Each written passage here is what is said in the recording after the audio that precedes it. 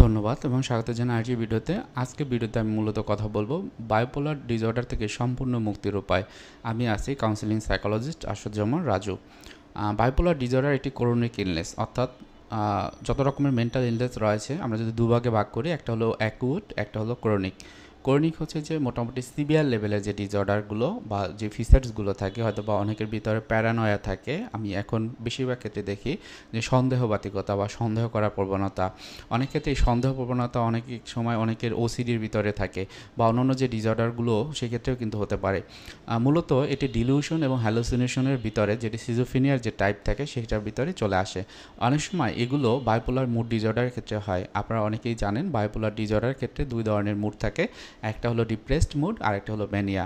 ম্যানিয়ার সময় ব্যক্তি অনেক বেশি হাইপার হয়ে যায়, অনেক কিছু করতে চায় একা একাই, এবং ডিপ্রেশনের বা ডিপ্রেসড মুডে যখন থাকে তখন তার অনেক বেশি ডিপ্রেশনে থাকে, কারোর সাথে মেশে না, কারোর সাথে কথা বলে না, একা একা থাকার পছন্দ করে, অনেক সময় বিভিন্ন রকমের সুইসাইডাল টেন্ডেন্সিও তাদের ভিতরে কাজ করে। বাইপোলার মুড ডিসঅর্ডার থেকে সম্পূর্ণ মুক্তি পেতে হলে প্রথমে যে বিষয়টি বা যে জিনিসটি গুরুত্বপূর্ণ সেটি হলো নিয়মিত ওষুধ সেবন।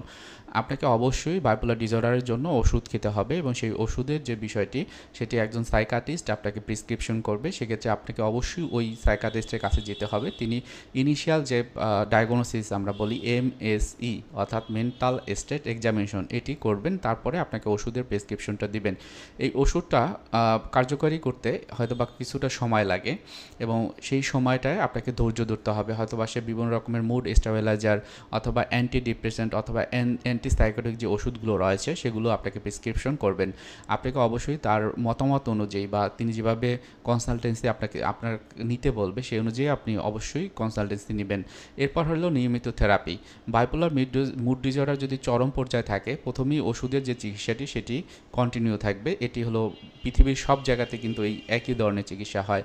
তো এটি আপনি চিকিৎসাটি নেবেন। এরপর একটা সময় যখন আপনার প্রবলেমটি মাইল্ড, মডারেট, সিভিয়ার যদি বলি, সিভিয়ার থেকে মানে অনেক খারাপ অবস্থা থেকে মাঝামাঝি খারাপ অবস্থায় চলে আসে, তখন সাইকোথেরাপি আপনাকে নিতে হবে। হয়তোবা এমন হতে পারে আপনাকে প্রথমেই কগনিটিভ বিহেভিয়ার থেরাপি দেওয়া লাগতে পারে, অথবা কাউন্সেলিং বা সাইকোথেরাপিও আপনার দরকার হতে পারে। সেক্ষেত্রে যে প্রফেশনাল কাউন্সেলিং সাইকোলজিস্ট রয়েছেন তিনি আপনার বর্তমানে যে প্রবলেমগুলো সেগুলো অ্যাসেসমেন্ট করে বুঝতে পারবেন এবং সেই অনুযায়ী আপনাকে চিকিৎসা দিবেন। জীবনধারার পরিবর্তনের কথা আমরা বলি, অর্থাৎ দেখা যায় যে এই যে জীবনধারা বলতে কী বোঝানো হয়েছে, আপনার প্রতিদিনের যে কাজগুলো, আপনার নিয়মিত খাদ্যাভ্যাস, আপনার নিয়মিত ব্যায়াম, পর্যাপ্ত ঘুমের যে বিষয়গুলো, মানসিক চাপগুলোকে কমিয়ে নিয়ে আসা, এগুলো কিন্তু খুবই গুরুত্বপূর্ণ। প্রথমেই আপনি দেখতে পারেন কিছু কিছু বিষয় হয়তো বা আপনি নিজেই এগুলোকে সলভ করতে পারেন, সেগুলো সলভ করে ফেলবেন। যদি নিজে নিজে সম্ভব না হয়, হয়তো বা এমন হতে পারে অন্যের সাহায্য দরকার হতে পারে মানসিক চাপ বা অন্যান্য ক্ষেত্রে, তাদেরকে কাছ থেকে আপনি হেল্প নিতে পারেন। এরপর যেটা হয় স্ট্রেস ম্যানেজমেন্ট। স্ট্রেস বা অ্যাংজাইটি এটা আমাদের সবারই থাকে কম বেশি, কিন্তু স্ট্রেসটা যদি অনেক বেশিই থাকে তখন কিন্তু এটাকে কন্ট্রোল করা একটা সমস্যা হয়ে যায়। সেক্ষেত্রে অবশ্যই আপনাকে আমি বলবো যে বিভিন্ন রকমের স্ট্রেস রয়েছে সেটা একটু আইডেন্টিফাই করা, যে আপনার স্ট্রেসগুলো কোথা থেকে আসতেছে। আপনি সঠিক সময় সঠিক কাজটি করছেন না, তার জন্য কি স্ট্রেস আসছে, বা কোনো একটা বিষয় পেন্ডিং থাকছে বলে কি আপনার স্ট্রেস আসছে, মানসিক চাপ বোধ হয়। তাহলে এগুলো আইডেন্টিফাই করা, তারা কারা হেল্প করতে পারে বা আপনি নিজে নিজে কোন বিষয়গুলো করতে পারেন সেটা একটু আইডেন্টিফাই করতে পারেন। কোন বিষয়টা খুবই গুরুত্বপূর্ণ এবং খুবই আর্জেন্ট, সেটি আপনি আইডেন্টিফাই করতে পারেন। অর্থাৎ আমি বলেছি আপনাদেরকে ইম্পর্টেন্ট এবং আর্জেন্টের বিষয়টি। কিছু কিছু বিষয় থাকে যেটা আমাদের ইম্পর্টেন্ট, কিছু কিছু বিষয় থাকে আর্জেন্ট। আর্জেন্ট হচ্ছে এমার্জেন্সি, এখনই করতে হবে। হয়তোবা সামনে আমার পরীক্ষার যে প্রিপারেশনটা সেটা এখনই নিতে হবে, এটা আমার ইম্পর্টেন্ট এবং আর্জেন্ট। হয়তো আমার একটা ব্যাঙ্ক অ্যাকাউন্ট করতে হবে, সেটা এখন না করলে পরীক্ষার পরে করলেও সমস্যা নাই।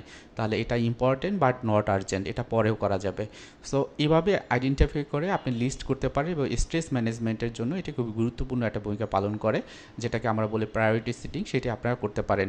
এছাড়াও স্ট্রেসকে কমিয়ে নিয়ে আসার জন্য আপনার মাইন্ডফুলনেস মেডিটেশন, ব্রিদিং এক্সারসাইজ বা শ্বাস প্রশ্বাসের ব্যায়াম করতে পারেন নিয়মিত। সবসময় বিইং প্রেজেন্ট অর্থাৎ বর্তমানে থাকার যে প্র্যাকটিসগুলো সেগুলো করতে পারেন। এটি আপনার মনকে শান্ত রাখবে এবং ভবিষ্যতের যে কাজগুলো সেগুলো সঠিকভাবে করার জন্য আপনাকে সাহায্য করবে। তারপর পরিবার এবং বন্ধুবান্ধবের সহায়তা নেওয়া। অনেক ক্ষেত্রে হয় কি যে আমরা অনেক বেশি প্রবলেমে পড়ে যাই, তখন বন্ধুবান্ধবের সাহায্য ছাড়া অনেকটাই আমরা কিন্তু আগাতে পারি না। তো বন্ধুবান্ধবের যে বিষয়গুলো তাদের কাছে আমি সাহায্য চিতে পারি, যারা আমার কাছে সবচেয়ে কাছের আছে তাদেরকে আমার মনের কথাগুলো বলতে পারি, সেক্ষেত্রে এটাও কিন্তু আমার মনে একটা হিলিং বা মন ভালো লাগার পরিস্থিতি তৈরি হবে। অনেক সময় দেখা যায় যে বিভিন্ন রকমের উপসর্গ চলে আসে, সেক্ষেত্রে কিন্তু প্রফেশনাল হেল্প দরকার হয়। সেটি হয়তো আপনি আপনার জায়গা থেকে না বুঝতে পারলেও আপনার ওই যে কাছের লোকগুলো আছে তারা কিন্তু বুঝতে পারবে। এরপর হলো নিয়মিত চিকিৎসায় যাওয়া। হয়তোবা এমন হয়েছে যে বাইপোলার মুড ডিসঅর্ডার একটা পর্যায়ে আসার পর আপনার ভালো লাগা কাজ করছে, তখন কখনোই যেন আপনি এটা না করেন যে হ্যাঁ এখন আমি চেষ্টা করলে নিজে নিজে এটাকে সমাধান করতে পারবো। কেননা এটা ব্রেনের যে প্রবলেম, এটা আসলে চেষ্টা করলেই যে সমাধান পাওয়া যায় ব্যাপারটি এরকম না। এরকম ভুল কখনোই করবেন না। আশা করব অবশ্যই যে আপনার যে প্রফেশনাল কাউন্সেলিং সাইকোলজিস্ট থাকবেন অথবা সাইকিয়াট্রিস্ট থাকবেন তাদের সাথে মিট করবেন। আপনার যদি ওষুধে কোনো সমস্যা হয়, ফাইন্যান্সিয়াল কোনো প্রবলেম হয়, তাদেরকে জানাবেন। কারণ তখন কাউন্সেলিংয়ের ক্ষেত্রে অনেক সময় সিবিটি বা কগনিটিভ বিহেভিয়ার থেরাপি দিলে বা আপনার বাড়ির কিছু কাজ দিলে আপনারা সেটা সময় নিয়ে করতে পারেন এবং পরবর্তীতে আপনারা আসতে পারেন। আবার যদি এটা প্রবলেম না থাকে হয়তো বা কাউন্সেলিংয়ের ক্ষেত্রে প্রতি সপ্তাহে একটা কাউন্সেলিং নেওয়া দরকার হবে, এবং যিনি সাইকিয়াট্রিস্ট আছেন তিনি হয়তো বা 2 সপ্তাহ বা 3 সপ্তাহ পর পর বা 1 মাস বা 2 মাসও হতে পারে, এর পর কিন্তু আপনাকে তার কাছে কনসালটেন্সি নেওয়ার জন্য বলবে। রুটিন মেনে চলার কথা আমি সবসময় বলি, অর্থাৎ বাইপোলার মুড ডিসঅর্ডার থাকলে সেক্ষেত্রে রুটিনের যে প্রবলেমটি সেটি হয়। সেক্ষেত্রে একটা রুটিন প্রতিদিন করতে পারেন, হয়তো বা আপনার খাওয়া, ঘুম বা বিনোদনের যে সময়টাকে ভাগ করে নিলেন, লিখে রাখলেন এবং সেই অনুযায়ী সেই কাজগুলো সেই সময় করলেন।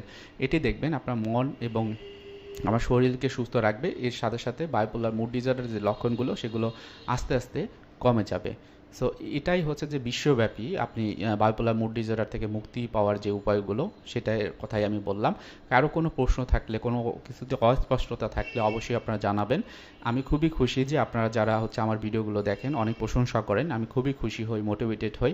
অনেকেই আছেন লাইক শেয়ার করেন এবং আমার কাছে কন্ট্যাক্ট করেন, আমার সাথে যোগাযোগ করেন। এগুলো আমাকে অনেক বেশি ইন্সপিরেশন দেয় এবং পরবর্তীতে আরও বেশি ভিডিও আমি করব, সেটিরও একটা আমার মোটিভেশন পাই। আমার ইতিমধ্যে আপনারা লক্ষ্য রাখবেন প্রায় 1000-এর কাছাকাছি ভিডিও আমার ইউটিউব চ্যানেলে হচ্ছে। এটা অবশ্যই আপনাদের মোটিভেশন ছাড়া কখনোই সম্ভব হতো না। সো এই মোটিভেশনটা ধরে রাখাও আপনাদের ছিল এবং আমি খুবই খুশি আপনাদের উপরে। সবাই ভালো থাকবেন, সুস্থ থাকবেন। আসসালামু আলাইকুম।